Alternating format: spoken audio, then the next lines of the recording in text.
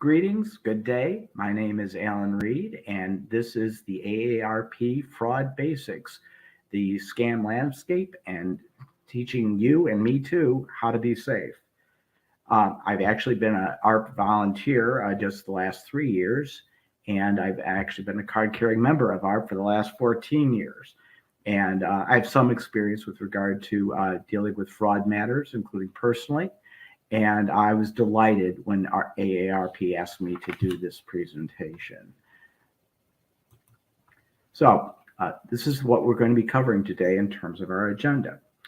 We're going to talk about fraud trends, some of the dollars involved in fraud, how we react to frauds, for various prevention strategies, and also resources that are provided to you by AARP to help address fraud and additional fraud training resources that are available as well. So in terms of scams, what are the trends in fraud? And the odds are really good that either you or someone you know has been affected by a scam or a fraud. I can tell you personally, I've been affected twice by various frauds, and also professionally, I dealt with fraud issues as well. So if you've been affected by fraud or you know somebody who has, you're not alone. Let's talk a bit about fraud and its impact on older adults, people like me. First, let's talk about some terms, and that is the difference between fraud and elder financial exploitation. You could think of it as like the broader definition is elder financial exploitation, which is defined as described on the screen as illegal, unauthorized, or improper acts that exploit or deprives an older adult of the resources for monetary or personal gain, profit, or gain. Usually, the person that is abusing the elder person is a trusted person. It might be a complete stranger that has somehow obtained the trust of the elder. Fraud, you can think of as a subset of that. And fraud is really a technical legal term that is the intent to deceive for monetary gain. I don't know if you remember in grade school, I do. They would always say, watch out for Mr. Stranger Danger. And in fact, here we are as all adults, and it comes back. So again, be aware, Mr. Stranger Danger, what you learned in grade school is actually good today too. Let's talk about some specific forms of elder financial exploitation as well. These include things like embezzlement, falsifying records, coerced property transfers. That's where somebody makes you transfer property to somebody else, like sign over your car, or makes you sign over your house, or denial of access to assets that you control. Those are all examples of elder financial exploitation. Things that are defined as fraud, which are the things we're going to be focused in on, are things like imposter scams, romance scams, lottery scams, identity fraud.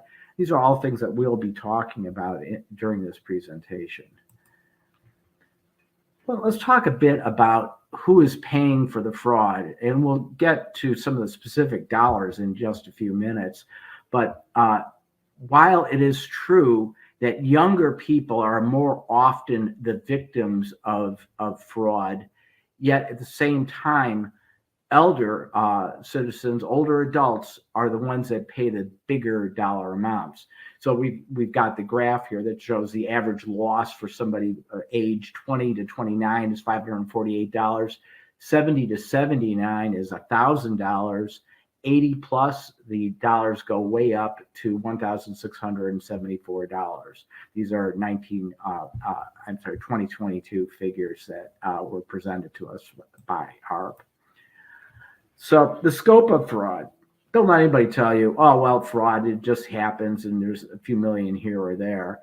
And don't let anybody tell you fraud isn't that big a deal because nobody can agree on what the figures are. Keep this in mind. The figures are big. It just depends on how big the sources are. So we've given you some of the numbers here. These are all numbers. Most recently available national numbers are 2022 from the Federal Trade Commission, $8.8 billion of loss. The FBI, on the other hand, has identified $10.3 billion of loss in cybercrime in 2022. And AARP's own commission study revealed $43 billion of fraud, and that's ID fraud in 2022. And you can see the graph from 2019 to 2022, the losses that were reported to the FTC in terms of the billions, you can see the trend line is going up. I would think once 2023 figures are available, probably later in 2024, we'll see that trend line continuing. So what are some of the top scams that we need to be concerned with? Well, there's a common theme on the various types of scams that we see. Usually it's somebody that you might be doing some kind of business with. So the imposters are most likely going to be somebody who you might actually have a legitimate business with. This could include the government, Social Security Administration, the Internal Revenue Service, Medicare, FTC, and the U.S. Postal Service. You can hear in the background our special fraud dog alerting me to my wife coming home, and it's not a fraudster coming home, that's actually my wife. Also business, it's going to be names you recognize because the fraudsters are not going to use something you never heard of. So in business, it might be Amazon, it might be your utility company, it could be FedEx or UPS, it could be Norton, it could be Microsoft. These are names that they think you might be aware of, and that's where the imposters come in. They're going to use those types of names. One of the funniest ones, and maybe you got one of these calls, but I got one from the IRS, and the IRS saying my house was being observed and that the police were on their way to arrest me, but if I could just agree to get them a gift card, the IRS would make this problem go away for a small dollar amount of $1,000. It was kind of funny when you listen to it, but there are people that must be falling for these because otherwise they wouldn't still be doing them. And we'll have more details on that in just a little bit. So what do you need to know? If you're getting a call from a government or from a business that you may or may not do business with, and they contact you out of the blue about some kind of problem, that's very unusual. The IRS certainly will not contact you directly like that, and legitimate businesses do not contact you like that. So what do you do? Well, if it's, for example, if it's your credit card company saying there's a problem with your credit card and they can fix it, but they need certain information, just what you need to do is, that's fine, hang up the phone if you take that call and call the number on the back of your credit card. And that is a way to address the issue. Never make payments on calls that come to you out of the blue. Do not share sensitive information on the phone. So we have a video here on business imposter scams that we will play for you that gives you good additional information about business imposters. Amazon imposters are bombarding consumers with millions of robocalls, texts, and emails hoping to steal their money. Here is what to watch out for. You haven't placed an order, but you get an email or text that looks like it's from Amazon saying your order has been confirmed. You're then directed to click a link or call a number if the information is incorrect. Don't take the bait. You're notified about suspicious charges on your account and steps you need to take to address the issue. But taking these steps always spells trouble, so it's best not to engage or respond. You get a call or text saying a Prime account has been taken out in your name. You're requested to call a number to straighten things out, but that number goes to a scammer who's out to steal your money as well as your personal information. If you think you have an issue, contact Amazon directly. For more tips, go to aarp.org/Fraud Watch Network. And make sure to tune in to RFD TV the third Thursday of each month for Rural America Live with AARP. What else do we have? Well, other popular scams are things like sweepstakes and lottery scams. We've got some fairly recent news stories that are clipped up on your screen for you. Uh, Usually there's some common things with regard to sweepstakes and lottery scams, and that is you don't remember entering them. So you don't remember entering the Canadian lottery, but they're saying you won it, but you don't remember entering the lottery. Or the other common element is once they've got a hook in you, they'll require an upfront fee to cover transfer taxes, to get the money shipped over the border, to get your fabulous prize sent to you. And frequently they'll ask you to do those upfront fees through either your personal credit card or a debit card or a check. But there will be an upfront fee for you to collect the prize. That's one dead giveaway as to whether it's a sweepstakes or a lottery scam. So if this was a live presentation, we could do this as a quiz, but now you can just cheat and look at the answer. So with a sweepstakes scam, here's the question, and that is, which one of these would indicate that this is a sweepstakes scam? Well, answer A is a request to pay a fee, taxes, or customs fees before collecting a prize. Or B, winning a sweepstakes you've never heard of before. Or C, being asked to buy gift cards and share the numbers on the gift cards before being given your fabulous prize.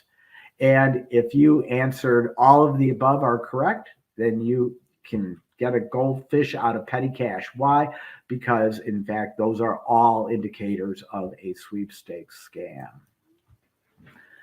Also, AARP and me personally, we don't have any issue at all with regard to romance and even online romance. We do have a big problem with online romance scams. I'll give you a story professionally that I actually had with regard to a romance scam. It was someone who wanted to close out a brokerage account and pull out $100,000. And my clients were concerned about it, and they asked me to speak with her. And she explained that her fiance, whom she had never met in person, was a Bulgarian banker who needed to get money transferred out of Bulgaria to his bank accounts in Germany. And he needed her assistance by advancing him some money so that he could actually close the accounts and transfer it over to Germany, and then he would be prepared to visit with her.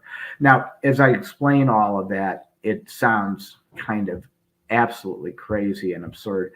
She was an intelligent woman. She did believe every word of it, and she was urging me to believe it as well. I tried to explain to her, this sounds like a romance scam.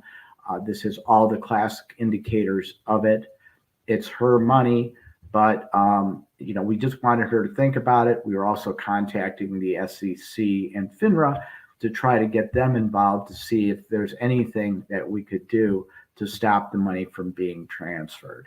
Those were the facts of the case.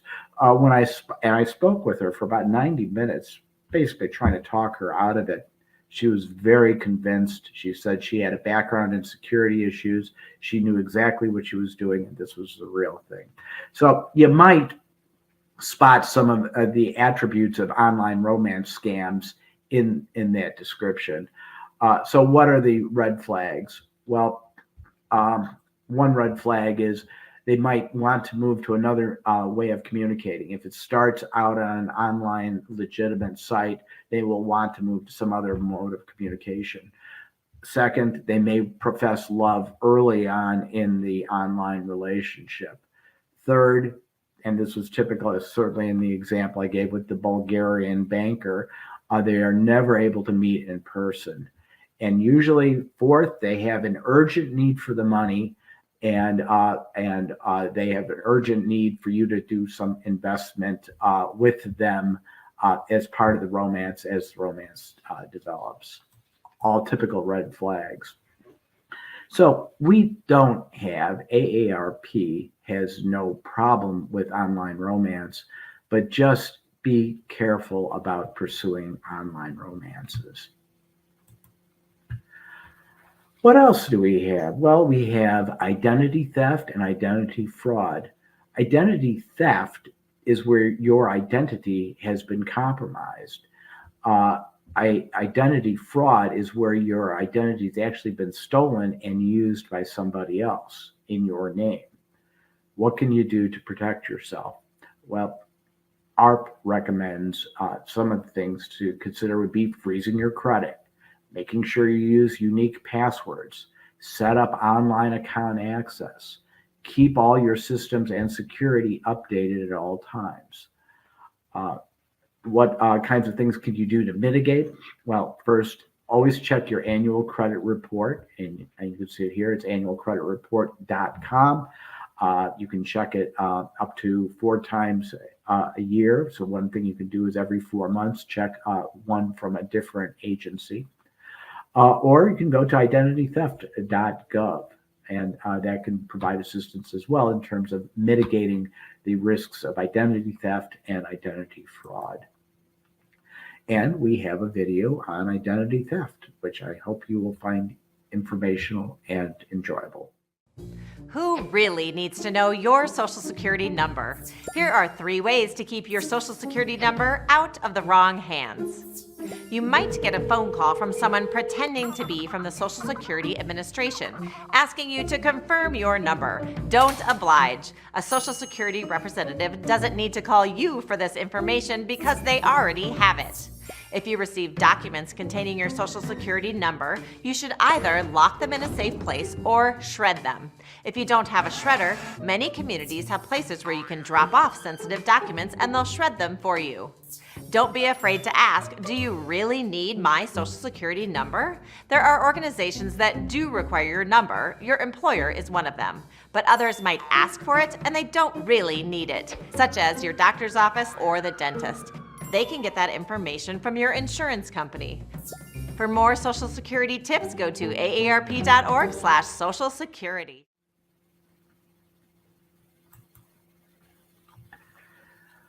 Why is it we see so much of gift cards as payment forms in the scams? And the reason for that is multiple reasons. This is examples that were obtained by AARP in terms of forms of payment and fraud in 2022. Again, the most recently available figures. We see that credit card forms of payment fraud were $219 million. Debit cards, $195 million. Payment on an app or services, $163 million. Cryptocurrency, you can see a much bigger figure of $1,433 million. Bank transfers and payments, a figure of $1.5 billion, very large numbers. And in the wire transfers, we see $310 million. So forms of payment and fraud in 2022, very extensive. And we're focusing here on the gift cards because gift cards are a very handy means. Why gift cards? First, they're virtually untraceable. Second, they can be readily converted into cash, or better yet, from the perspective of the scam artist, into bitcoins, and allows the ability to move large amounts of money in small parcels, small packs. AARP has actually created a campaign for gift card payment scams. So AARP has made a 3-year commitment to protecting our AARP members and actually seniors to take gift cards away as a scam tactic. AARP is doing this through a series of consumer education, media outreach. We're reaching into and researching in-store interventions and engaging in retailer collaborations. So this is an ongoing effort of AARP to help protect our elder citizens. One thing that's unfortunate about fraud is the way that we tend to react to fraud. Um, we react to fraud in a much different way than we react to violent crimes. So, for example, as the slide indicates, violent crimes, we show empathy. The crime and the criminal are scary to us. Uh, we never blame the victim because they were walking down the street and were attacked. But look what we do with financial crimes. We tend to blame the victims. How could you fall for that? You must be an idiot. We use positive words to describe the criminals. Oh, they were shrewd. They were crafty. Oh, they were scammers. Uh, we really need to change as a society the way we react to the financial crimes. Um, and even victims talk about themselves. This is why so many frauds are not reported, because the victims think this of themselves. They say, I can't believe I fell for this. How could I be so stupid? They tend to blame themselves for being the victim.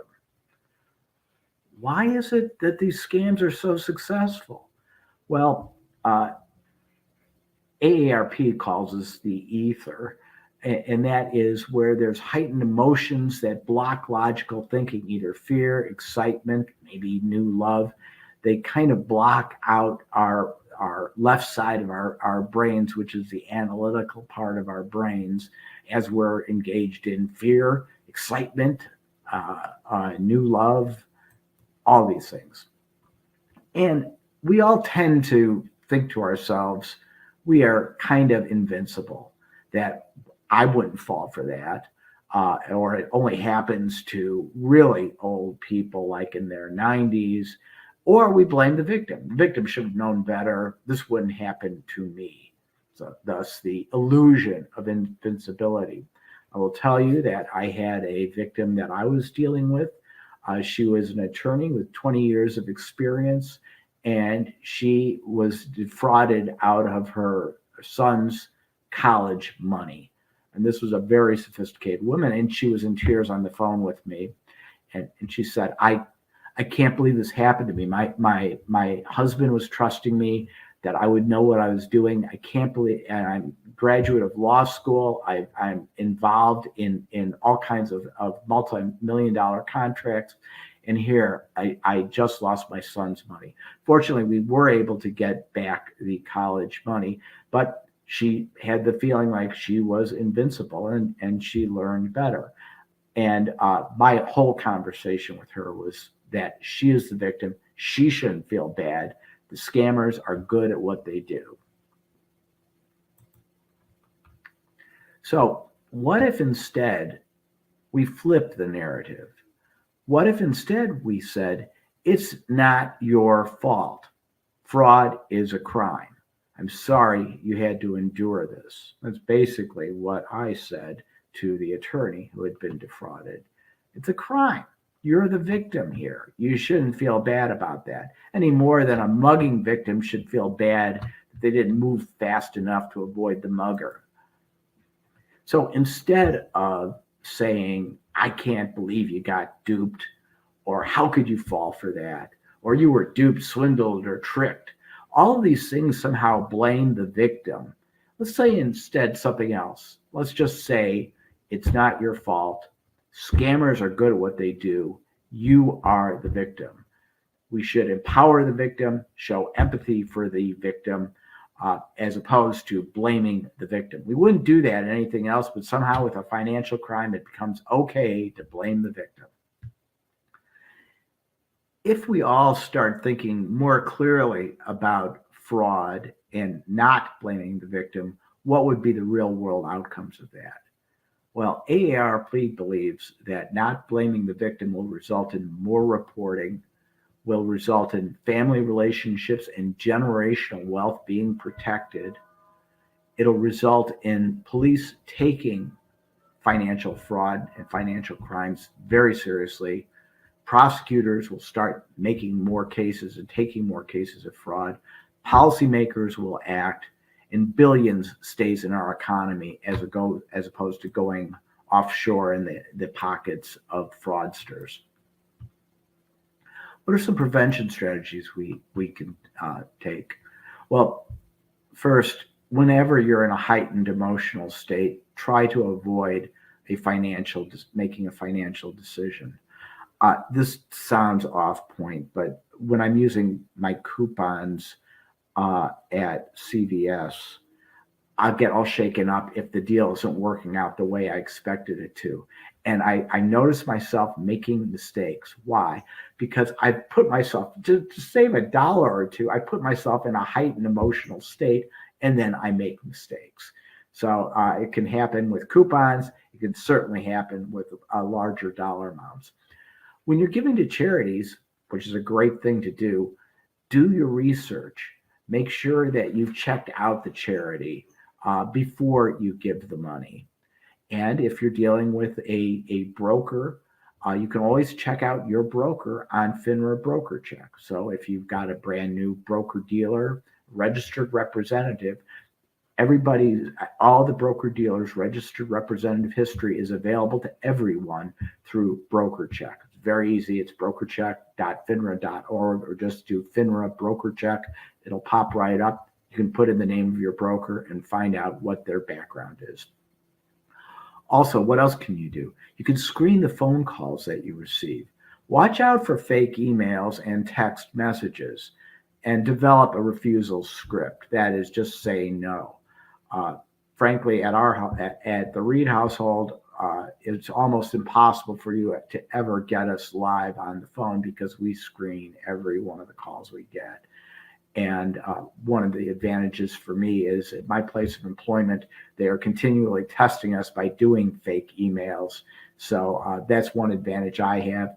And I apply that lesson when I'm at home. But again, just be smart, watch out for the fake emails, and develop a thick skin.